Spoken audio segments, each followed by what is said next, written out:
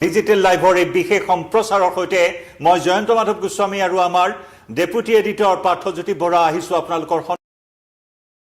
এই মুহূৰ্তৰ সবাতোকৈ ডাঙৰ খবৰ এক্সিট পোলৰ খবৰ ভোট ভাইবৰ সহযোগত নেটৱৰ্ক 18ৰ বিশেষ খবৰ এক্সিট পোল যি নেকি 5 ৰাজ্যৰ বিধানসভা নিৰ্বাচনৰ এই এক্সিট পোল ইতিমধ্যে প্ৰকাশ পাইছে 6:30 বজাৰ লগে লগে কেৰালাৰ এক্সিট পোল কেৰালাত কোনে চৰকাৰ গঠন কৰিব তামিলনাডুত কোনে চৰকাৰ গঠন কৰিব অসমত কোনে চৰকাৰ গঠন কৰিব পশ্চিমবংগত কোনে চৰকাৰ গঠন কৰিব মুঠৰ ওপৰত 5 ৰাজ্যৰ এক্সিট পোল এই মুহূৰ্তত লৈ আহিছো আপোনালোকৰ সন্মুখলৈ পাৰ্থ কেৰালাৰ ইতিমধ্যে ফলাফল এক্সিট পোল কিছু সন্মুখলৈ আহিছে এক্সিট পোল অনুসৰি কেৰালা যদি আমি চাও এইবাৰ ইউডিএফে চৰকাৰ গঠন কৰিব পাৰ্থ হয় ইউডিএফ চৰকাৰ গঠন কৰিবলৈ গৈ আছে আমাৰ হাতত যি এক্সিট পোল আহিছে ভোট ভাইবছৰ সেই তথ্য বা সেই ফলাফল প্ৰতিবেদন অনুসৰি আপোনাৰ হাতত তথ্যখিনি আছে ইউডিএফে 70 পৰা 80 খন আসন লাভ কৰিব হয় এলডিএফক দিয়া হৈছে 58 পৰা 68 খন আসন হয় আৰু এনডিএ 0 পৰা 4 খন আসন প্ৰদান কৰা হৈছে পাৰ্থ এয়া এক্সিট পোলৰ তথ্য এলডিএফে এবাৰ 58 পৰা 68 যিনিকি শাসকীয় দল এলডিএফে এবাৰ 58 পৰা 68 খন আসন লাভ কৰিব ইউডিএফে কংগ্ৰেছ নেতৃত্বাধীন ইউডিএফে 70 পৰা 80 খন আসন লাভ কৰি চৰকাৰ গঠন কৰিব মেজিক নাম্বাৰ 71 কেৰালাত গতিকে 75 খন আসন লাভ কৰিব কোৱা হৈছে থুলমুলকৈ আৰু এনডিএ 0 পৰা 4 খন আসন বা 2 খন আসন লাভ কৰিব পাৰে এনডিএ হততে জয়ন্ত কেৰালাত পৰিলক্ষিত হয় যেটো ইনকামবেন্ট গভৰ্নমেন্ট ইনকামবেন্ট যেটো পলিটিক্যাল পাৰ্টি শাসক দলক পুনৰ তেওঁলোকে স্কোপ বা চান্সটো নিদিয়ে কিন্তু আমি মন কৰিছিলো 2016 চনৰ পৰা লেফট ডেমোক্ৰেটিক ফ্ৰণ্টৰ যিখন চৰকাৰ দুটা কাৰ্যকাল তেওঁলোক থাকিল পিনাৰায় বিজয়ন দুটা কাৰ্যকাল থাকিল 10 বছৰ থাকিল কিন্তু এইবাৰ যি এক্সিট পোলৰ প্ৰতিবেদন আহিছে সেই প্ৰতিবেদন অনুসৰি পুনৰ কংগ্ৰেছ প্লাস অৰ্থাৎ ইউনাইটেড ডেমোক্ৰেটিক ফ্ৰণ্ট কংগ্ৰেছ নেতৃত্বৰ কেৰালাৰ যেটো মিত্ৰজোঁট সেই মিত্ৰজোঁটে চৰকাৰ বনোৱাৰ চৰকাৰ গঠন কৰাৰ দিশে অগ্ৰসৰ হৈছে কাৰণ আপুনি কৈছে 140টা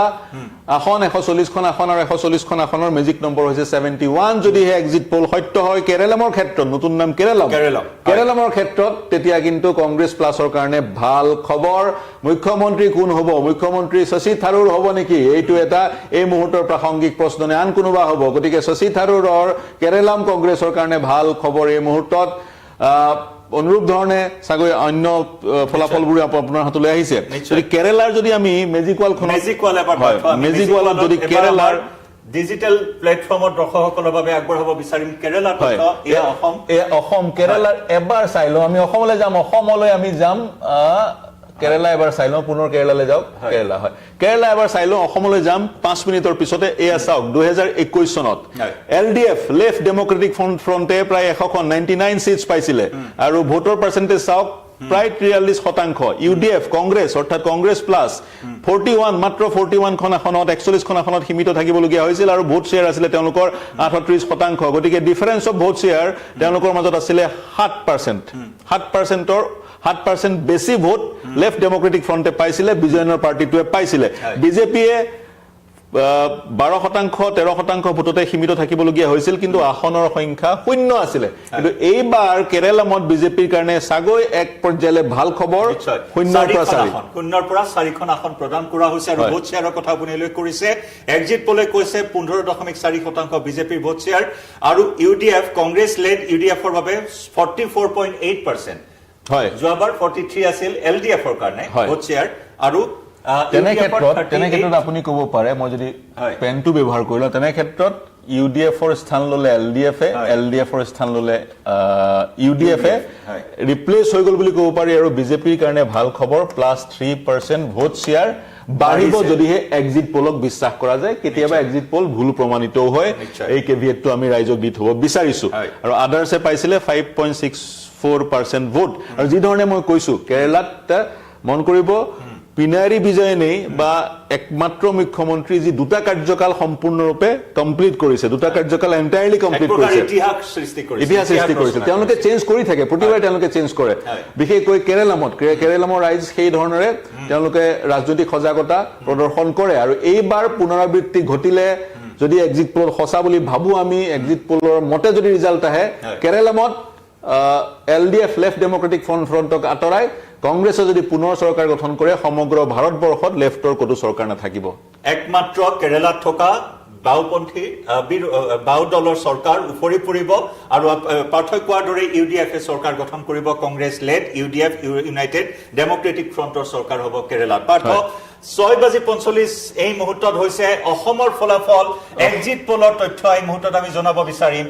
এক্সিট পোল অসমে কি কয় এক্সিট পোল 2026 অসম বিধানসভা নিৰ্বাচন 126টা সমষ্টিৰ বাবে আকৰ্ষণীয় যুঁজ 2026ৰ এই আকৰ্ষণীয় যুঁজখনত কোনে সেই ঘাঁহি মাৰিব তাৰ বাবে জল্পনা কল্পনা চলি আছে আৰু এক্সিট পোলৰ এই তথ্য 6:45 কোনে চৰকাৰ গঠন কৰিব পাৰ্থ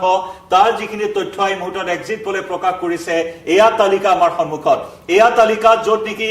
এনডিএ 90 পৰা 100খন আসন প্ৰদান কৰা হৈছে 90 পৰা 100খন আসনৰ ভিতৰত যদি মিড পইণ্টত থকা হয় তেতিয়াহলে 95 থুলমূলকৈ 95খন আসন দখল কৰি দিছপুৰত আকৌ পদুম ফুলাৰ ইংগিত প্ৰদান কৰিছে এক্সিট পোলে পাৰ্থ হয় আকৌ পদুম ফুলাৰ ইংগিত আপুনি ইতিমধ্যে ক'লেই এজিপি বিজেপি আৰু বিপিএফৰ যি মিত্ৰজোঁট তেওঁলোকে 75খন আসন পাব এক্সিট পোল মতে মিড পইণ্ট 75 অৰ্থাৎ 72ৰ পৰা কেৱল মাত্ৰ ক্ষমা কৰিব 90 পৰা 100খন আসন পাব মিড পইণ্ট 95 যিহেতু অসমত মেজিক নাম্বাৰ 64 বিজেপি প্লাছ অনায়াসে চৰকাৰ গঠন কৰিব পাৰ্টি ৱাইজ ব্ৰেকআপটো চাওক বিজেপিয়ে 75খন আসন পাব বুলি এক্সিট পোলে কৈছে বিপিএফে 10খন আসন পাব বুলি এক্সিট পোলে কৈছে যদি বিপিএফে 10খন আসন পায় বড়োলেণ্ডত তেতিয়া ইউপিপিএলৰ যি প্ৰদৰ্শন সেয়া শোচনীয় হ'ব বুলি ক'ব পাৰি অসম গণ পৰিষদে 10খন আসন পাও বুলি কোৱা হৈছে যোৱাবাৰ 9খন আসন পাইছিল তেওঁলোকেও কৈ আছিল কেনেবাকৈ ডাবল ডিজিট স্পৰ্শ কৰিব অনুৰূপ ধৰণে ডাবল ডিজিট অসম গণ পৰিষদে স্পৰ্শ কৰিছে এক্সিট পোল মতে গতিকে গোটেইখিনি আপুনি যোগ কৰিছিলে 95 গতিকে যি ধৰণে বিজেপিয়ে দাবী কৰিছিল কিছুমান ৰাজনৈতিক বিশ্লেষকে কৈছিলে 90 পৰা 100খন আসন পাই বিজেপি প্লাছে চৰকাৰ গঠন কৰিব অনুৰূপ ধৰণে এক্সিট পোলেও 90 পৰা 100খন আসনেই দেখুৱাইছে জয়ন্ত নিশ্চয় থুলমূলকৈ যদি আমি ইণ্ডিয়া এলায়েন্সৰ কথা হও কংগ্ৰেছ নেতৃত্বাধীন ইণ্ডিয়া এলায়েন্স য'ত নেকি 23ৰ পৰা 33খন আসন আৰু থুলমূলকৈ 28খন আসন প্ৰদান কৰা হৈছে কংগ্ৰেছক এআইডিএফক 0 পৰা 6 থুলমূলকৈ 3খন আসন প্ৰদান কৰা হৈছে আৰু অন্যান্য কথা অৱশ্যে তাত উল্লেখ কৰা আছে হয়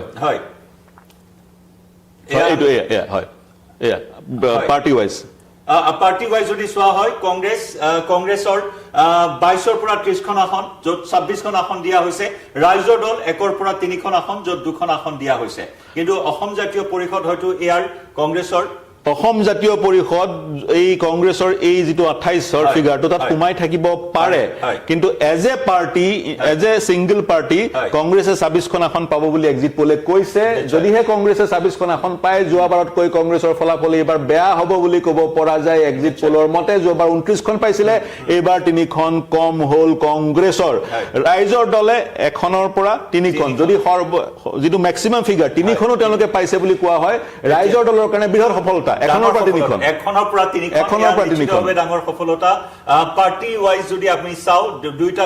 গঠবন্ধনত এনডি এলায়েন্সৰ কথা আমি কলো লগতে আমি ইতিমধ্যে পাৰ্থই বিশ্লেষণ আগবঢ়াইছে য'ত নেকি এনডিএৰ যি আসনৰ আমি পৰিসংখ্যা আমি পাৰ্থ আকৌ এবাৰ যদি আমাৰ দৰ্শকসকলক দেখুৱাই দিও 90 পৰা 100খন আসনৰ ভিতৰত চৰকাৰ গঠন কৰিব য'ত 95খন আসনত তেওঁলোকে চৰকাৰ গঠন কৰাৰ ইংগিত দিছে একেদৰে যদি বিজেপি অকলে 72ৰ পৰা 78 আসন লাভ কৰিব থুলমূলকৈ আৰু বিজেপিয়ে যদি 72ৰ পৰা 78খন আসন পায় বিজেপিয়ে এককভাৱে নিৰংকুশ সংখ্যাগৰিষ্ঠতাৰে চৰকাৰ গঠন কৰাৰ একে পজিশনত আহি যাব নিশ্চয় এয়া এক্সিট পোল আৰু আপুনি তলত যদি ৰিজন ৱাইজ ব্ৰহ্মপুত্ৰ উজনি নামনি উত্তৰ অসমৰ যদি আমি সিট চাও সিটৰ কেনে ধৰণৰ এক্সিট পোলে ইংগিত প্ৰদান কৰিছে য'ত বৰাক উপত্যকাৰ 13খন আসন বৰাক উপত্যকাৰ 13খন আসনৰ ভিতৰত পাৰ্থ এনডিএক দিয়া হৈছে 7ৰ পৰা 9খন আসন ইণ্ডিয়াক দিয়া হৈছে 4ৰ পৰা 6খন আসন এআইডিএফ নাই বাকি অন্যান্যৰ কথা কোৱা হোৱা নাই উত্তৰ অসম 15খন আসন উত্তৰ অসমত আছে 15খন আসনৰ 12 পৰা 14খন আসন এনডিএ ইণ্ডিয়া এলায়েন্সক দিয়া হৈছে 0ৰ পৰা মাত্ৰ 2খন আসন এআইডিএফক 0ৰ পৰা 2খন আসন এতিয়া যদি আমি নৰ্থ অসম বুলি কওঁ নৰ্দাৰ্ণ অসম বুলি ক'লে একেবাৰে আপুনি ধৰিব পাৰে বিশ্বনাথ সমষ্টিৰ পৰা একেবাৰে গৈ ধেমাজি চিচিবৰ গাঁৱলৈকে চিচিবৰ গাঁও ধেমাজিত এনডিএ 15খন আসন যদি মই ধৰি ললো উত্তৰ অসমত এনডিএ 12ৰ পৰা 14খন কংগ্ৰেছে যদি ম্যাক্সিমাম ফিগাৰটো ধৰি লওঁ 2খন আসন সেই 2খন কোন কেইখন ৰঙা নদী নেকি বা বিহপুৰীয়া নেকি এই মুহূৰ্তৰ এইটো প্ৰাসংগিক প্ৰশ্ন শূন্য কৰি ৰখা নাই কিন্তু এক্সিট পোলে 2খন আসন দিছে সেই 2খন আসন কি চেন্ট্ৰেল অসম এই বিষয়ে আমি চৰ্চা কৰিম আমি প্ৰথমে এক্সিট পোলৰ তথ্যখিনি আগবঢ়াই ল'ব বিচাৰিছো পাৰ্থই অন্যতম এটা গুৰুত্বপূৰ্ণ পইণ্ট আমাক কৈছে যে সেই দুখন আসন কোন হ'ব পাৰে 15খন আসনৰ য'ত কংগ্ৰেছে শেষ হাঁহি মাৰিব পাৰে মধ্য অসমলৈ আহিছো মধ্য অসমত আছে সৰ্বমুঠ 19খন আসন 19খন আসনত সৰ্বাধিক আসন এনডিএ লাভ কৰিব 13ৰ পৰা 15খন ইণ্ডিয়া এলায়েন্সে দিয়া হৈছে 3ৰ পৰা 5খন আসন এআইইউডিএফ 0ৰ পৰা 2খন আসন হয় মধ্য অসম অৰ্থাৎ নগাঁও জিলা অন্তৰ্ভুক্ত হৈ আছে শোণিতপুৰ জিলা অন্তৰ্ভুক্ত হৈ আছে তাৰ পিছত দৰং জিলা অন্তৰ্ভুক্ত হৈ আছে গতিকে সেই অঞ্চলটোত 3ৰ পৰা 5খন আসন ইণ্ডিয়া এলায়েন্সক দিয়া হৈছে মধ্য অসমত কিন্তু বহুকেইটা এনে সমষ্টি আছে য'ত মুছলমান সংখ্যাগৰিষ্ঠ গতিকে সেই সমষ্টি কিটাই চাগৈ এক্সিট পোলে কংগ্ৰেছক দিব বিচাৰিছে কাৰণ এইবাৰ ইছলাম ধৰ্মী লোকসকল কংগ্ৰেছৰ প্ৰতি আকৃষ্ট হোৱা বা এআইইউডিএফক পৰিহাৰ কৰাৰ এক ধাৰণাৰ সৃষ্টি কৰা হৈছিল বা তেনে ধৰণৰ আমি এক পৰিৱেশ দেখিছিলোঁ আৰু ইয়াৰ তাৰে প্ৰতিফলন এই এক্সিট পোলৰ প্ৰতিবেদন দেখা পোৱা গৈছে এআইইউডিএফ চাওক 0ৰ পৰা 2 কংগ্ৰেছ 3ৰ পৰা 5 ইয়াতে হুজাই সোমাব লামডিং হয় হুজাই সোমাব হয় হুজাই আছে লামডিং আছে নগাঁও গোটেইকেইটা সমষ্টি আছে ধিং আছে লাহৰীঘাট আছে হয় হয় হয় ৰূপহীহাট আছে আমি এবাৰ নামনি অসমলৈ আহিছো নামনি অসমত সৰ্বাধিক আসন আছে কোনে এই নামনি অসমৰ আসনসমূহ দখল কৰিব তাৰ চৰ্চা ইতিমধ্যে চলি আছে 44খন আসন নামনি অসমত তাৰ ভিতৰত 44খন আসনত এনডিএ 29ৰ পৰা 31খন আসন দিয়া হৈছে এক্সিট পোলে ইণ্ডিয়াক দিয়া হৈছে 12ৰ পৰা 14খন আসন এআইইউডিএফক 0ৰ পৰা 2খন আসন অত্যন্ত তাৎপৰ্যপূৰ্ণ পাৰ্থ যদি আমি চাওঁ সংখ্যালঘু দূষিত অঞ্চল নামনি অসমত তাতেও কিন্তু এইবাৰ এনডিএ অধিক আসন লাভ কৰাটো এনডিএ অধিক আসন লাভ কৰিছে কিন্তু সেই 44খন আসনৰ প্ৰতিটো সমষ্টিত এতিয়া বৰপেটা নামনি অসমৰ এটা সমষ্টি ৰিজাৰ্ভ এটা সমষ্টি গতিকে সেই সমষ্টিটোত সংখ্যালঘু এজন বিধায়ক জয়ী হৈ অহাৰ অৱকাশ নাই আৰু যি ধৰণে সমষ্টিৰ পুনৰ নিৰ্ধাৰণ কৰা হৈছে হিন্দু ভোটাৰৰ সংখ্যা বৰপেটাত বৃদ্ধি কৰা হৈছে নামনিত তেনে বহু সমষ্টি আছে যি 22টা সমষ্টিত আমি কথা সততে কওঁ বা মুখ্যমন্ত্ৰীও কয় সেই 22টা সমষ্টিত বিজেপিৰ স্কোপ নাই সেইকেইটা সমষ্টি বৰাক উপত্যকাতো আছে সেইকেইটা সমষ্টি নামনি অসমতো আছে আৰু সেইকেইটা সমষ্টি মধ্য অসমতো আছে গতিকে 44টাৰ গোটেইবোৰেই মুছলমানৰ অধ্যুষিত সমষ্টি বুলি কৈ দিব পৰা নাযায় আৰু এই 44টাৰ ভিতৰত 22টা সোমাই থকা নাই 22টাতকৈ কম সমষ্টি সোমাই আছে গতিকে সেই দৃষ্টিৰে এই মুহূৰ্তত সৰ্বমুঠ ম্যাক্সিমাম 31খন আসন এনডিএ পাব বুলি এক্সিট পোলে কৈছে কিন্তু সেই যি মুছলমান অধ্যুষিত সমষ্টি সেই সমষ্টি কিটাত যদি কংগ্ৰেছে ভাল ফলাফল দেখুৱায় ম্যাক্সিমাম 14খনলৈকে আসন কংগ্ৰেছে পাব পাৰে ইউডিএফ চাওক হুছনীয় সকলোতে হুছনীয় ইউডিএফ এক্সিট পোল মতে কি ধুবুৰীত যি এটা সময় দুৰ্গ আছে সেই দুৰ্গ এতিয়া মাৰ গৈছে বেলি মাৰ গৈছে আজমলৰ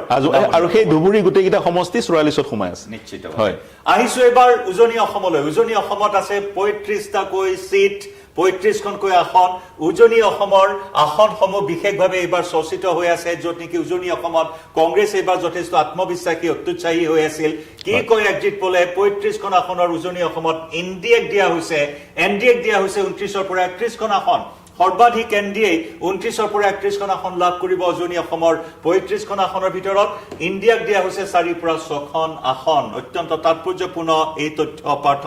য'ত 35খন আসন উজনি অসমৰ 35খন আসনে নিৰ্ণায়ক ভূমিকা যোৱাবাৰো পালন কৰিছিল এইবাৰো নিৰ্ণায়ক ভূমিকা পালন কৰাৰ দিশে গৈ আছে এক ধাৰণাৰ সৃষ্টি কৰা হৈছিল যে উজনি অসমৰ এই 35টা সমষ্টিত কংগ্ৰেছে প্ৰত্যাহ্বানৰ সৃষ্টি কৰিছে বহুকেইটা সমষ্টি চাগৈ আছে য'ত অপ্ৰত্যাশিতভাৱে কংগ্ৰেছে প্ৰত্যাহ্বানৰ সৃষ্টি কৰিছিল কিন্তু এক্সিট পোলত ৰিফ্লেক্ট কৰিছে 35খন আসনৰ 29ৰ পৰা 31খন আসনে বিজেপিৰ হাতত থাকিব বা বিজেপি প্লাছৰ হাতত থাকিব আৰু কংগ্ৰেছ সীমিত হৈ থাকিব মাত্ৰ 4ৰ পৰা 6খন আসনত এই 4ৰ পৰা 6খন আসনত চাগৈ যোৰহাট সোমাই আছে গৌৰৱ গগৈৰ আসনখন সোমাই থাকিব পাৰে তিয়কৰ পল্লৱী শইকীয়া গগৈৰ আসনখন সোমাই থাকিব পাৰে আৰু যদি এই ফিগাৰটো কংগ্ৰেছ প্লাছৰ তেতিয়া অখিল গগৈৰ আসনখন সোমাই থাকিব পাৰে বা লুৰিন গগৈৰ আসনখন সোমাই থাকিব পাৰে গতিকে 4খন আমাৰ হাতলৈ আহিল গতিকে 4খনৰ ওপৰত কৰবাত চাগৈ অঘটন ঘটিব যদি আমি ম্যাক্সিমামৰ ফিগাৰটো লওঁ 6খন আৰু 2খন বাকি থাকিল এই 2খনৰ ক'ত অঘটনটো ঘটিব সেইটো এই মুহূৰ্তৰ প্ৰাসংগিক প্ৰশ্ন আৰু দুজন এক্সিট পোলক যদি বিশ্বাস কৰো আৰু দুজন সেই দুটা সমষ্টি কি হ'ব পাৰে নাজিৰা হ'ব নে সেই দুটা সমষ্টিৰ অন্যতম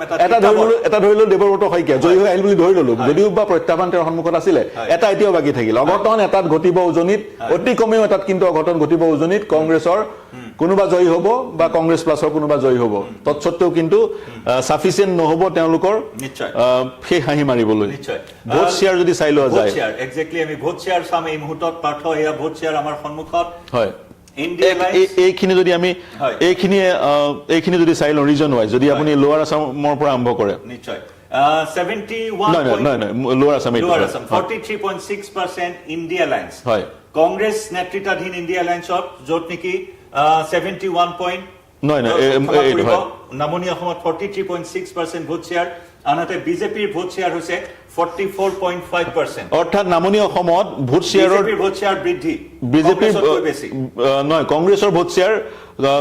বিজেপিৰ বেছি হয় বিজেপিৰ ভোট শ্বেয়াৰ বেছি প্ৰায় 1% বেছি নহয় জানো হয়, 1%. নামনি অসমত 1% বেছি বিজেপিয়ে ভোট পাইছে কিন্তু ভোট শ্বেয়াৰৰ দিশৰ পৰা নামনি অসমত কংগ্ৰেছ আৰু বিজেপিৰ কিন্তু তয়াময়া ৰণ যদিও বা এই ভোট শ্বেয়াৰ কংগ্ৰেছৰ চিটলৈ ৰিফ্লেক্ট হোৱা নাই কিন্তু ভোট শ্বেয়াৰৰ দৃষ্টিৰে তয়াময়া ৰণ অৰ্থাৎ কনচলিডেট হৈছে হিন্দুসকল কনচলিডেট হৈছে বিজেপিক ভোটদান কৰিছে বুলি ধৰি ল'ব পাৰি এনেধৰণৰ ফিগাৰ থাকিলে কাৰণ ফিগাৰটো একচুৱেল নাম্বাৰ অফ চিটলৈ ৰিফ্লেক্ট হোৱা নাই গতিকে সেই দিশৰ পৰা ইছলাম ধৰ্মী লোকসকলো কনচলিডেট হৈছে বা কংগ্ৰেছক ভোট দিছে বুলি ক'ব পাৰি এই ফিগাৰটোৰ পৰা বৰাক ভেলী যদি আমি ভোট শ্বেয়াৰ চাওঁ তেতিয়াহ'লে INC অৰ্থাৎ কংগ্ৰেছৰ ভোট শ্বেয়াৰ হৈছে 37.4%, আনহাতে বিজেপিৰ ভোট শ্বেয়াৰ 54.4%. হয় এটা বৰাক ভেলীত আপুনি চাওক বৰাক ভেলীত কিন্তু 13খন আসনৰ ভিতৰত মেক্সিমাম কংগ্ৰেছে 6খন পাব বুলি এক্সিট পোলে কৈছে ইয়াৰ বিপৰীতে বিজেপিয়ে মেক্সিমাম 7খন পাব বুলি কৈছে গতিকে 50-50 আসনৰ সংখ্যাৰ দিশৰ পৰা কিন্তু ভোট শ্বেয়াৰত চাওক ভোট শ্বেয়াৰত কংগ্ৰেছ কিমান পিছ পৰি আছে কংগ্ৰেছ প্ৰায় 18% কংগ্ৰেছ পিছ পৰি থকা পৰিলক্ষিত হৈছে গতিকে তেনে ক্ষেত্ৰত ক'ব পাৰি বৰাক ভেলীত যি কেইজন বিজেপিৰ প্ৰাৰ্থী জয়ী হৈ আহিব বিপুল ভোটত জয়ী হৈ আহিব সেইকাৰণে এনে ধৰণৰ আমি ভোট শ্বেয়াৰ এটা পাইছো এক্সিট পোলক যদি বিশ্বাস কৰা যায় মই পুনৰ কৈ আছো বাৰম্বাৰ কৈ আছো হয় নিশ্চয় আমি উত্তৰ অসমলৈ আহিছো উত্তৰ অসমত 39% কংগ্ৰেছৰ ভোট শ্বেয়াৰ একেদৰে যদি চোৱা হয় বিজেপিৰ ভোট শ্বেয়াৰ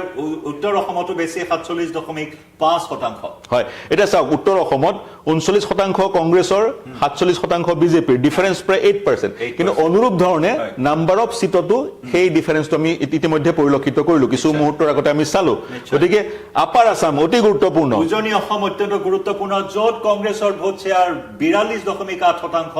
আৰু বিজেপিৰ ভোট শ্বেয়াৰ হৈছে 44.8%. এইটো গুৰুত্বপূৰ্ণ এইটোত কিন্তু আৰু বহু আলোচনা কৰাৰ অৱকাশ আছে আপাৰ আসামত তয়াময়া ৰণ হৈছে ডিফাৰেন্সটো অনলি 2%ৰ আমি কিছু সময়ৰ পিছত আপোনালোকক 2024 চনৰ লোকসভা নিৰ্বাচনত আপাৰ আসামৰ ভোট শ্বেয়াৰৰ ডিফাৰেন্সটো দেখুৱাম সেইটো কিন্তু 20%ৰ ডিফাৰেন্স আছিল কংগ্ৰেছ আৰু বিজেপিৰ মাজত কিন্তু এইবাৰ পৰিলক্ষিত কৰিছো ডিফাৰেন্স মাত্ৰ আপাৰ আসামত বিজেপি আৰু কংগ্ৰেছৰ মাজত মাত্ৰ 2% অৰ্থাৎ তয়াময়া ৰণ হৈছিল কিন্তু এই ভোট শ্বেয়াৰ সিটলৈ ৰিফ্লেক্ট হোৱা নাই এক্সিট পোল মতে যাৰ ফলত অধিকাংশই আসন উজনিত কংগ্ৰেছৰ হাতলৈ গৈছে গতিকে এইটো এটা বৰ ইন্টাৰেষ্টিং ফেনোমেনা এই ফেনোমেনাটো আপাৰ আসামৰ vote share plus vote share and actual number of seat এইটো আৰু আলোচনা কৰাৰ অৱকাশ আছে নিশ্চিতভাৱে এইবাৰ আমি মধ্য অসমলৈ আহিছো মধ্য অসমত ভোট শ্বেয়াৰ যদি চাই কংগ্ৰেছৰ পক্ষত আছে 37.2% আৰু বিজেপিৰ পক্ষত আছে 47.8% প্ৰায় 10% হয় হয় প্ৰায় 10% মধ্য অসমত আৰু সেই 10% ভোটত বিজেপি আগবাঢ়ি আছে আৰু অনুৰূপ ধৰণে আমি যদি নাম্বাৰ অফ সিট চাওঁ তাতো বিজেপি আগবাঢ়ি থকা আমি পৰিলক্ষিত কৰিছো মাত্ৰ য'ত আমি কৈ আছিলো জয়ন্ত অপ্ৰত্যাশিতভাৱে উজনিত কৰবাত নহয় কৰবাত বিজেপি কংগ্ৰেছৰ পৰা প্ৰত্যাহ্বানৰ সন্মুখীন হৈছে নেকি ভোট শ্বেয়াৰৰ সেই প্ৰত্যাহ্বানটো আমি দেখা পাইছো কিন্তু ইন একচুৱেল নাম্বাৰ অফ সিটছ এই প্ৰত্যাহ্বানটো আমি দেখা পোৱা নাই এনেকুৱা হ'ব পাৰে প্ৰত্যাহ্বানৰ সন্মুখীন হৈছে বিজেপি কোনোবা সমষ্টিত কিন্তু অতি কম মাৰ্জিনেৰে বিজেপিৰ কেণ্ডিডেটবোৰ জয়ী হৈ ওলাই আহিব পাৰে যাৰ কাৰণে আমাৰ সন্মুখত এনেকুৱা এটা ফিগাৰ আমি পৰিলক্ষিত কৰিছো গতিকে সেই দিশৰ পৰা উজনিৰ যুঁজখন সঁচাই ইন্টাৰেষ্টিং হৈছিল বুলি ক'ব পাৰে নিশ্চিতভাৱে আমি আৰবান আৰু ৰুৰেল আমি দুইটা পৰ্যায়ৰে ভোট শ্বেয়াৰ চাম পাৰ্থ আৰবান যথেষ্ট তাৎপৰ্যপূৰ্ণ গুৱাহাটীৰ আসনসমূহ আছে গতিকে আৰবান এৰিয়াৰ যিসমূহ আসন আছে তাত ভোট শ্বেয়াৰ কেনেধৰণৰ আছিল সেই অনুসৰি INCৰ ভোট শ্বেয়াৰ কংগ্ৰেছৰ ভোট শ্বেয়াৰ 37.4% আৰু বিজেপিৰ ভোট শ্বেয়াৰ 48.8% এয়া আৰবান সিট আৰবানতো কিন্তু বিজেপিৰ ভোট শ্বেয়াৰ এনে সচৰাচৰ আপুনি যদি চাই আৰবান চহৰ অঞ্চলত বিজেপিৰ সদায় তেওঁলোকৰ জনপ্ৰিয়তা আছিলে গুৱাহাটীতে আপুনি চাওক গুৱাহাটীত তেতিয়াৰ পৰা বহু যুগৰ আগৰ প্ৰায় 2 দশক 2.5 দশক আগৰ পৰা বিজেপি জয়ী হৈ আহিছে বিজয় চক্ৰৱৰ্তী ৰমেন ডেকা সেই ধৰণে জয়ী হৈ আহিছে ৰমেন ডেকা গুৱাহাটীৰ পৰা নহয় বাৰু যি কি নহওক এইবাৰো একে ধৰণৰ প্ৰতিফলন আমি পৰিলক্ষিত কৰিলো 49% আৰবান এৰিয়াত বিজেপিৰ ভোট শ্বেয়াৰ আৰু কংগ্ৰেছ সীমিত হৈ থাকিল 37%ত কিন্তু গ্ৰামাঞ্চলত কংগ্ৰেছৰ কিছু জনপ্ৰিয়তা আছে 42% 43% কংগ্ৰেছ 45.2 কিন্তু আমি ধৰ্মীয় সেই দৃষ্টিভংগীৰো চাব লাগিব সেই গ্ৰামাঞ্চলত মূলত ইছলাম ধৰ্মী লোকসকল যিবোৰ গ্ৰামাঞ্চলত আছে সেইবোৰ গ্ৰামাঞ্চলৰ পৰা বেছি পাৰ্চেণ্টেজৰ শ্বেয়াৰ চাগৈ ইয়াত সংযোজিত হ'বও পাৰে হয় কাৰণ আপুনি চাওক মুছলিমৰ ফিগাৰটো ক'ৰবাত আছিলে এইটো মুছলিমৰ ফিগাৰ চাওক 71.2% য'ত নেকি বিজেপিৰ 10.6 হয় মুছলিমসকলৰ মাজত কংগ্ৰেছে 71% ভোট পাইছে য'ত বিজেপিয়ে 11% ভোট পাইছে এক্সিট পোলটোৰ মতে গতিকে তেনেস্থলত মই যিটো কথা কৈছিলো সেই 71%ৰ পৰাই এটা লাৰ্জ শ্বেয়াৰ এই 42 বা 43% সংযোজিত হৈছে যাৰ পৰিপ্ৰেক্ষিতত আমি এনে ধৰণৰ ফিগাৰ পাইছো কিন্তু হিন্দুৰ মাজত যদি আপুনি চাই হিন্দুৰ ফিগাৰটো ইয়াত দিছে আপাৰ কাষ্ট হিন্দুজ য'ত নেকি 25.3% কংগ্ৰেছৰ পক্ষত আৰু 66.7% বিজেপিৰ পক্ষত হয় আপাৰ কাষ্ট হিন্দু হয় তাৰ অনুৰূপ ধৰণে যদি আপুনি আমি জেনজিৰ কথা ক'ব লাগিব পাৰ্থ এবাৰ আজি অসমৰ নিৰ্বাচন আয়োগে সংবাদমেল পাতি উল্লেখ কৰিছে এবাৰ 73 লাখ জেনজি ভোটাৰ আছিল গতিকে জেনজি ভোটাৰ এবাৰ 73 লাখ জেনজি ভোটাৰ 2.50 লাখৰ ভিতৰত 73 লাখ জেনজি ভোটাৰ খুবেই গুৰুত্বপূৰ্ণ গতিকে যদি সেই জেনজি ভোটাৰে একচেটিয়া ভোট প্ৰদান কৰিলে হয় নিৰ্ণায়ক ভূমিকা চাগৈ কেইটামান সমষ্টিত গ্ৰহণ কৰিব পাৰিলে হয় কক জেনজি হয় হয় য'ত 25ৰ পৰা 34 বছৰ বয়সৰ ভোট শ্বেয়াৰ আছে কংগ্ৰেছৰ পক্ষত 42.7% আৰু বিজেপিৰ পক্ষত কিন্তু 46%. গতিকে 3% ডিফাৰেন্স এইফালে 45% হৈ গ'ল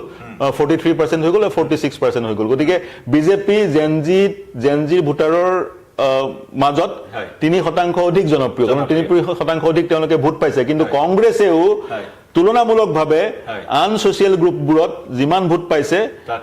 তাতকৈ জেনজিৰ মাজত বেছি ভোট পাইছে ইয়াৰ কাৰণ হ'ব পাৰে গৌৰৱ গগৈৰ কম বয়স বা গৌৰৱ গগৈ যুৱ প্ৰজন্মৰ প্ৰতিনিধি বুলি যদি ধৰি লওঁ যদিও বা তেওঁৰ 43 বছৰ হৈছে যুৱ গৌৰৱ গগৈৰ প্ৰতি জেনজি আকৰ্ষিত হোৱাৰ এটা অৱকাশ আছে গতিকে তুলনামূলকভাৱে জেনজি আন সোশ্যাল গ্ৰুপসমূহৰ ভিতৰত কংগ্ৰেছৰ প্ৰতি বেছি আকৰ্ষিত হোৱা পৰিলক্ষিত হ'ল কিন্তু একচুৱেল পাৰ্চেন্টেজত বিজেপিৰ প্ৰতিহে জেনজি বেছি আকৰ্ষিত হৈছে বাই 3% গতিকে যদি আমি মেজিক ৱালখনেৰে আমি এবাৰ মেজিক ৱাল আমাৰ দৰ্শকসকলৰ বাবে আগবঢ়াম মেজিক ৱালত আমি চাম অসমখন এবাৰ যদি চাওঁ অসমখনত আমি ফিল্টাৰত যদি এবাৰ উজনি অসমৰ ফিগাৰটো চাই লওঁ আছে আপাৰ আছাম জোন আপাৰ আছাম উজনি অসমৰ ফিগাৰটো যদি চাই লওঁ হয় হয় এয়া হৈছে আপাৰ আছাম 2021তকৈ আমি যদি 2024ৰ ফিগাৰটো চাওঁ তেতিয়া আমি বিশ্লেষণ কৰিবলৈ লোকসভা হয় এইটো 2024ৰ লোকসভাৰ ফিগাৰ এয়া চাওক 35খন আসন উজনি অসমৰ এই কিখন আসন উজনি অসমৰ আৰু এইটো হৈছে 2024ৰ লোকসভা নিৰ্বাচনৰ ফলাফলৰ বিধানসভা সমষ্টি ভিত্তিক বিশ্লেষণ পৰিসংখ্যাৰ দৃষ্টিৰে এটা বিজেপি প্লাছে 52.55% ভোট পাইছিলে এক্সিট পোল নহয় পাইছিলে এটো ফলাফল প্ৰকৃত ফলাফল আৰু কংগ্ৰেছে কিমান পাইছিলে 33.30% এটো একচুৱেল ফিগাৰ নহয় জানো ডিফাৰেন্স মন কৰক প্ৰায় 19% 20% নহয় জানো আৰু সমষ্টি 10টা সমষ্টিত কংগ্ৰেছ প্লাস আগবাঢ়ি আছিল আৰু 25টা বিধানসভা সমষ্টিত বিজেপি প্লাস আগবাঢ়ি আছিল কিন্তু এক্সিট পোলত দেখুৱা হৈছে কিমানটা প্ৰায় 29টা সমষ্টিত বিজেপি প্লাস আগবাঢ়ি আছে 29ৰ পৰা 31 আৰু 6টা মান সমষ্টিত কংগ্ৰেছ প্লাস আগবাঢ়ি আছে গতিকে আমি পৰিলক্ষিত কৰিছো যদিহে এইটো ভোট শ্বেয়াৰ 2024ৰ লোকসভা নিৰ্বাচনত কংগ্ৰেছ প্লাসৰ আছিল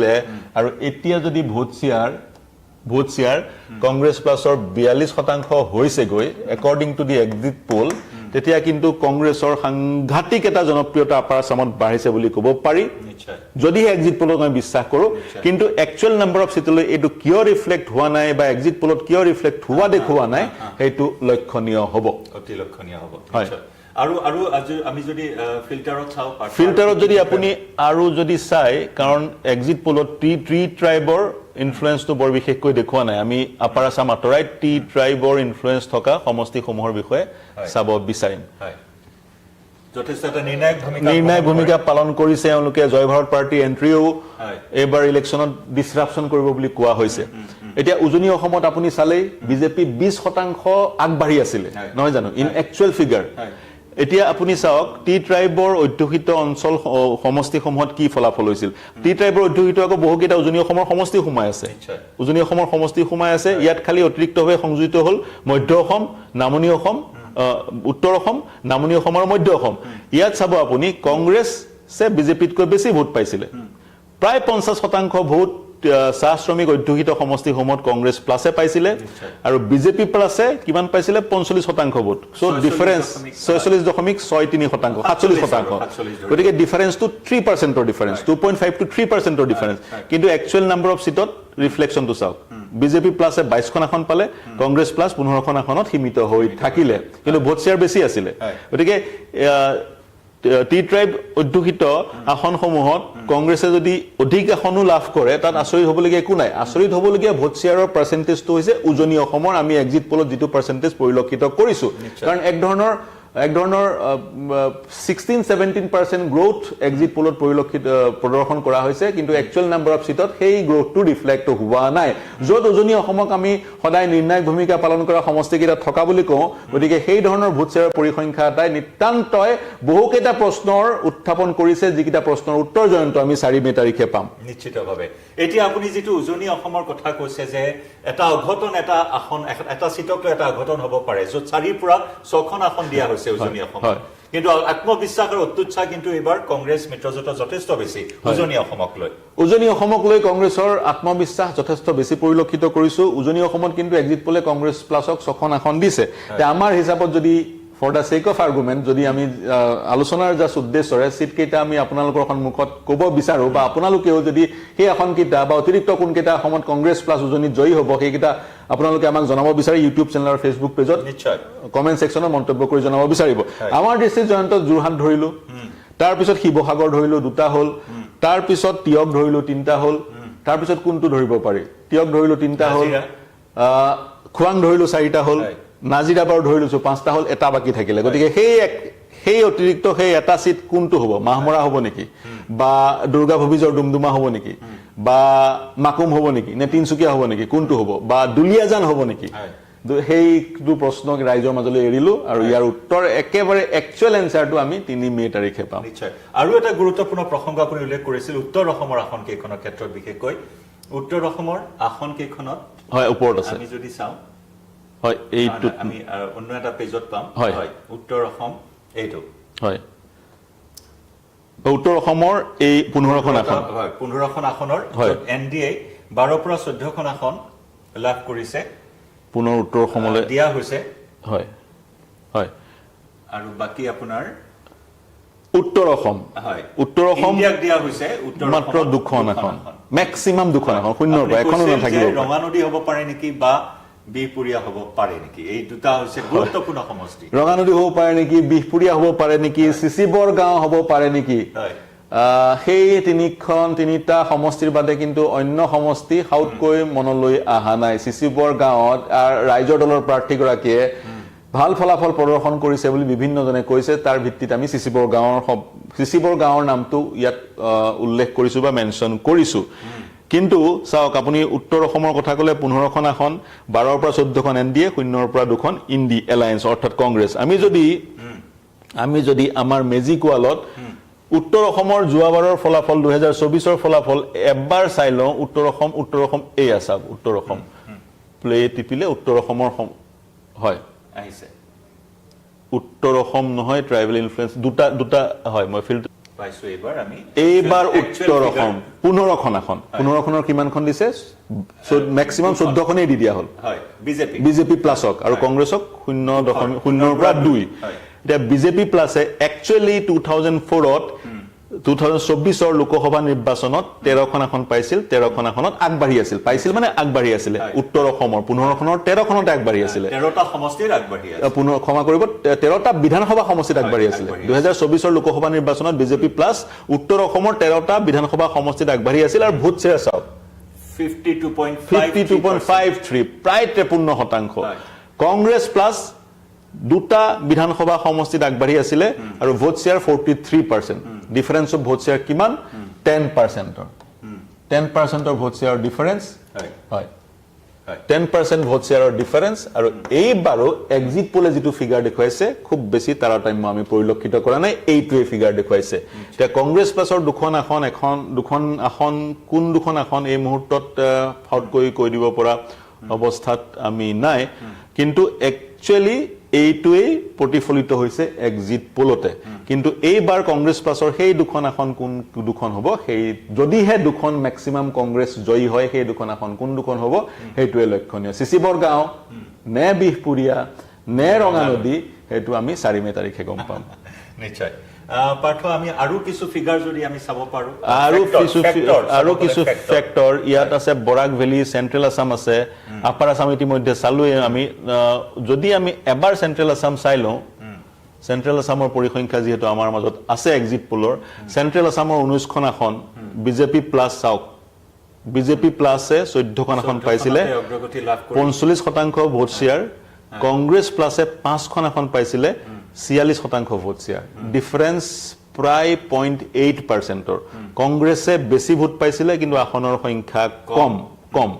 কিন্তু এইবাৰ কি এইবাৰ ভোট শ্বেয়াৰৰ যিটো এক্সিট পোলে দেখুৱাইছে আপোনাৰ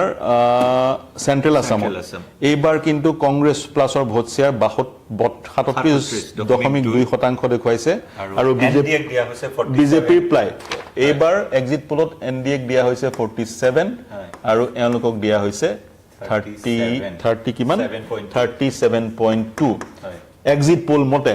গতিকে সেই দৃষ্টিৰে চাবলৈ গ'লে কংগ্ৰেছ প্লাছৰ সুচনীয় ফলাফল আমি পৰিলক্ষিত কৰিব পাৰো ইন সেন্ট্ৰেল আসাম আৰু বিজেপিৰ ভোট শ্বেয়াৰ 2% বাঢ়িব পাৰে সেন্ট্ৰেল আসামত আৰু সিটৰ দৃষ্টিৰে সেন্ট্ৰেল আসামত কেইখন সিট দেখুৱা হৈছে সেন্ট্ৰেলত আপোনাৰ 13 পৰা 15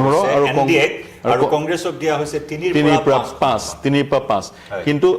সিটৰ সংখ্যাত বেছি তাৰতম্য আমি পৰিলক্ষিত কৰা নাই এক্সিট পোল আৰু 2024 চনৰ লোকসভা নিৰ্বাচনত সিটৰ সংখ্যাত বেছি তাৰতম্য আমি পৰিলক্ষিত কৰা নাই কিন্তু ভোট শ্বেয়াৰৰ যিটো পৰিসংখ্যা এই পৰিসংখ্যাত কিন্তু খুব বেছি আমি ডিফাৰেন্সেস পৰিলক্ষিত কৰিছো কিমান ডিফাৰেন্স প্ৰায় 5.38% ডিফাৰেন্স আমি পৰিলক্ষিত কৰিছো সেইটো কেনেকৈ হ'ল এই মুহূৰ্তত কৈ দিব পৰা নাযায় কাৰণ 2024 চনৰ লোকসভা নিৰ্বাচনত কংগ্ৰেছ প্লাছৰ লগত অজাপ আছিলে ৰাইজৰ দলো আছিলে এইবাৰ অজাপ ৰাইজৰ দল আছে যদিহে এআইইউডিএফ থাকিলে হয় তেতিয়া এই পৰিসংখ্যাটো বিশ্লেষণ কৰিবলৈ সহজ হ'ল কিন্তু যেহেতু এআইইউডিএফ 2024 ত নাছিলে 2021 হে আছিল গতিকে এই বিশ্লেষণটো এই মুহূৰ্তত হাউটকৈ কৰি দিব পৰা নাযায় প্ৰশ্ন উত্থাপিত হয় বহুকেইটা প্ৰশ্নৰ উত্থাপন হোৱাৰ অৱকাশ আছে এই ফিগাৰটোত আৰু অন্যতম ফেক্টৰ এতিয়া পাৰ্থ যে সমষ্টি পুনৰ নিৰ্ধাৰণৰ পিছত এয়া প্ৰথমটো নিৰ্বাচন অসমত হৈছে প্ৰথমটো বিধানসভা নিৰ্বাচন এইটো বিধানসভা নিৰ্বাচন হৈছে আৰু সেই নেকি ভোট বিন্যাস এটা ডাঙৰ ফেক্টৰ হৈছে এক্সিট পোলে যিখিনি আজি তথ্য প্ৰকাশ কৰিছে এটা ভোট বিন্যাস ডাঙৰ ফেক্টৰ নহয় হয় নিখন্দেহে ভোট বিন্যাস ডাঙৰ ফেক্টৰ মই সাগৈ নতুন তথ্যৰে অনাগত সময়ত পুনৰ সংযুক্ত হ'ম এই মুহূৰ্তত কেইটামান কথা ক'ব বিচাৰিছো আমি সমগ্ৰ অসম ঘূৰি যিটো পৰিলক্ষিত কৰিলো নিৰ্বাচনী এই পৰিসংখ্যাৰ সমীক্ষা চলোৱাটো একটা জটিল কাম প্ৰতিটো সমষ্টিৰ কাৰকবোৰ পৃথক আৰু ভোট দিবলৈ যাওঁতে প্ৰতিটো সমষ্টিৰ প্ৰতিগৰাকী ব্যক্তিৰ মন মগজুত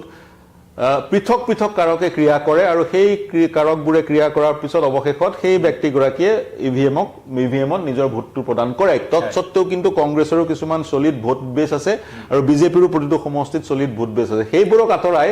বাকিবোৰৰ মনত বহু কাৰকে ক্ৰিয়া কৰে আৰু তাৰ পিছত আমি ফলাফলটো পাওঁ উদাহৰণস্বৰূপে যিজন প্ৰাৰ্থী তেওঁৰ আচাৰ আচৰণ তেওঁৰ সাজ পোছাক পৰিধানৰ কায়দা ষ্টাইল বা তেওঁ কেনেধৰণে তেওঁ মাতবোল কৰে বা তেওঁ যদি খুব বেছি সম্পত্তি সেই সময়ছোৱাত তেওঁৰ কাৰ্যকালত যদিহে চিটিং এমএলএ ক্ৰয় কৰিছে তেতিয়াও বহু লোক ক্ষোভিত হয় ভোটাৰ ক্ষোভিত হয় তেনেধৰণৰ বহু কাৰক আছে তাৰ পিছত যদি আপুনি চাই এইবাৰ সকলোতে মিয়া বনাম অসমীয়া নাছিলে যি এক যুঁজৰ চেষ্টা বা নেৰেটিভৰ চেষ্টা বিজেপিয়ে চলাইছিলে কৰবাত ক সম্প্ৰদায় বনাম খ সম্প্ৰদায় আছিল কোনোবাত গ বনাম ঘ আছিলে গতিকে সেই ধৰণৰ বহু কাৰকে ক্ৰিয়া কৰি তাৰ পিছত আমি নিৰ্বাচনৰ ফলাফলটো পাওঁ আৰু এক্সিট পোলত যেহেতু ভোট দিয়াৰ পিছত ৰাইজক পৰোক্ষভাৱে কিছুমান প্ৰশ্ন সোধা হয় আৰু সেই প্ৰশ্নবোৰৰ এক্সট্ৰাপোলেট কৰি আমি এক প্ৰতিবেদন দাখিল কৰোঁ গতিকে এখন ছবি এক্সিট পোলৰ যোগেদি আমি পাব পাৰোঁ কিন্তু সেইখন প্ৰকৃত ছবি নহয় প্ৰকৃত ছবিখন জয়ন্ত 4 মে তাৰিখে আমাৰ হাতত ওলাব নিশ্চয় কিন্তু প্ৰায়ে দেখিবলৈ পোৱা যায় এক্সিট পোলে যি তথ্য প্ৰকাশ কৰে সেয়া ফলিয়ায় কিন্তু কেতিয়াবাহে হয় কেতিয়াবা বিশেষকৈ লোকসভা নিৰ্বাচন 80% 85% ফলোৱে আমি পৰিলক্ষিত কৰিছো আগৰ যিটো আমি ইতিহাস দেখি আহিছো সাক্ষী আছো আমি নামনি অসম আকৌ এবাৰ চাম পাৰ্থ আমি যদি বিশ্লেষণ কৰো নামনি অসমৰ ফিল্টাৰ আমি চেন্ট্ৰেল আঁতৰাই লওক হয় লোৱাৰ আছাম 44খন হয় লোৱাৰ আছামত 44খন এখন ইতিমধ্যে আমি এবাৰ লোৱাৰ আছামৰ বিশ্লেষণ লোৱাৰ আছামৰ বিশ্লেষণ চাগৈ আমি আগবঢ়োৱা নাই হয় এয়া আছে চেন্ট্ৰেলৰ আছিল আগতো হয় লোৱাৰ আছামত চাগৈ দক্ষিণ অসম বৰাক ভেলু সোমাই আছে অন্তৰ্ভুক্ত হৈ আছে কেৱল হয় নাই ঠিকে আছে হয় জোন লোৱাৰ আছাম ৰ'ব লোৱাৰ আছাম এবাৰ আমি চাই ল'ব বিচাৰিম হয় হয় নামনি অসমৰ লোকসভা 2024 লোকসভাৰ যিটো একচুৱেল ফিগাৰ ফলাফল হয় একচুৱেল ফিগাৰ নামনি অসমত এটা বিশ্লেষণ আমি আগতেও কৰিছিলো বিজেপি প্লাছ 30টা বিধানসভা সমষ্টিত আগবাঢ়ি আছিলে কংগ্ৰেছ প্লাছ 14টা বিধানসভা সমষ্টিত আগবাঢ়ি আছিলে তো বিজেপি প্লাছৰ ভোট শ্বেয়াৰ চাওক 40% আৰু কংগ্ৰেছ প্লাছৰ ভোট শ্বেয়াৰ চাওক 55% কিমান আপোনাৰ বেছি দেখিলে আপুনি প্ৰায় 15% বেছি দেখিলে আপুনি কংগ্ৰেছৰ ভোট শ্বেয়াৰ বেছি আছিল কিন্তু তথাপিও পিছ পৰি এই 44টা সমষ্টিত অসমত 2024 চনত যদি ধৰি লওঁ 2.5 কোটি ভোটাৰ আছিলে 2.5 কোটি ভোটাৰ আছিল বুলি ধৰি ললো এই 44টা সমষ্টিত for the sake of argument ধৰি ললো 1 কোটি মানুহে ভোট দিছে বুলি 1 কোটি কমেই হ'ব তাৰে যদি আমি ভগাই লওঁ কংগ্ৰেছ আৰু বিজেপিৰ মাজত 50% টো ভগাই ললো ধৰি লওক 50 লাখ আৰু 50 লাখ কংগ্ৰেছৰ এই 50 লাখটোত 15 লাখ কেৱল মাত্ৰ ৰকিবুল হুছেইনে দিব লাগিব ধুবুৰীৰ পৰা আৰু সেই কাৰণে ৰকিবুল হুছেইনে সাংঘাতিকভাৱে ভোট পোৱাৰ কাৰণে 15 লাখ ভোট পোৱাৰ কাৰণে ধুবুৰী লোকসভা সমষ্টিত এই ফিগাৰটো 54.54% হৈছেগৈ ৰকিবুল হুছেইনে ৰেকৰ্ড মাৰ্জিনত জয়ী হোৱাৰ কাৰণে বা 15 লাখ ভোট পোৱাৰ কাৰণে এই সংখ্যাটো 54 বা 55% হৈছেগৈ কিন্তু সিটৰ যদি আপুনি দৃষ্টিভংগীৰে বিশ্লেষণ কৰে নামনি অসমত 30খন আসনত লোকসভা নিৰ্বাচনত 30টা বিধানসভা সমষ্টিত বিজেপি আগবাঢ়ি আছিল এইবাৰ তেওঁলোকে দেখুৱাইছে নামনি অসমত হেয়া চাওক অনুৰূপ ফিগাৰ নামনি অসমত এনডিএ 29 পৰা 31 আৰু ইণ্ডিয়াই 12% প্ৰায় এইটোৱে ফিগাৰ তেওঁলোকে কৰিছে খালি কেৱল মাত্ৰ ভোট শ্বেয়াৰত কিছু তাৰতম্য তেওঁলোকে চাগৈ দেখুৱাইছে but in actual number of seats vote শ্বেয়াৰত চাগৈ কিছু পৃথক তেওঁলোকে ফিগাৰ দেখুৱাইছে কিন্তু একচুৱেল নাম্বাৰ অফ সিটস তেওঁলোকে 2024 চনত যি একচুৱেল নাম্বাৰ অফ সিটস লাভ কৰিছিল দুইটা দলে সেয়াই তেওঁলোকে দেখুৱা পৰিলক্ষিত হৈছে লোৱাৰ আছামত তেওঁলোকে 43 আছিল ইন্ডি এলায়েন্স কংগ্ৰেছে 43 পাব বুলি কৈছে কংগ্ৰেছ প্লাছে আৰু বিজেপি প্লাছে 44.5 পাব বুলি কৈছে অৰ্থাৎ কংগ্ৰেছে নামনি অসমত খুব শোচনীয় ফলাফল প্ৰদৰ্শন কৰিব বুলি কৈছে in terms of vote share চাওক প্ৰায় 10% ভোট কমিব বুলি কৈছে আৰু বিজেপিয়ে ভাল ফলাফল প্ৰদৰ্শন কৰিব 4% ভোট বাঢ়িব বুলি কৈছে কিন্তু নাম্বাৰ অফ সিটস যি ধৰণৰ 2024 চনৰ লোকসভা নিৰ্বাচনত নাম্বাৰ অফ সিটস যি ধৰণৰ আছিল বিধানসভাৰ আসন যি ধৰণে আছিল অগ্ৰগতিৰ দিশৰ পৰা অনুৰূপ পৰিসংখ্যাই তেওঁলোকে ইয়াতো প্ৰদৰ্শন কৰিছে কিন্তু ভোট শ্বেয়াৰত কিছু আমি তাৰতম্য পৰিলক্ষিত কৰিছো যেটো আৰু আলোচনা কৰাৰ অৱকাশ আছে কিয় এনে ধৰণৰ ফলাফল আহিল পুনৰ কৈছো তেওঁলোকে এক স্যাম্পল সাইজ লৈ গোটেই প্ৰতিবেদনটো প্ৰস্তুত কৰে গতিকে আমি নিখনদেহে 4 মিনিটলৈকে অপেক্ষা কৰিব লাগিব ভোট শ্বেয়াৰ অতি বেয়া হ'ব এবাৰ নামনি অসমত কংগ্ৰেছৰ আৰু আসনো দিয়া হৈছে 12 পৰা 14 14 ফিগাৰ ইয়াত একচুৱেল যিটো ৰিজাল্ট আছে তাত 14খন আসনত অগ্ৰগতি লাভ দুখন কমাহে দেখুৱা হৈছে দুখন কমা হয় 12 পৰা 14 প্ৰায় সমানেই দেখুৱা হৈছে হয় গতিকে পাৰ্থ এইখিনি থুলমূলকৈ এক্সিট পোলৰ এই তথ্য আৰু এই তথ্যৰ জৰিয়তে অৰ্থাৎ দিছপুৰত পুনৰ চৰকাৰ বিজেপি বা এনডিএ গঠন কৰিব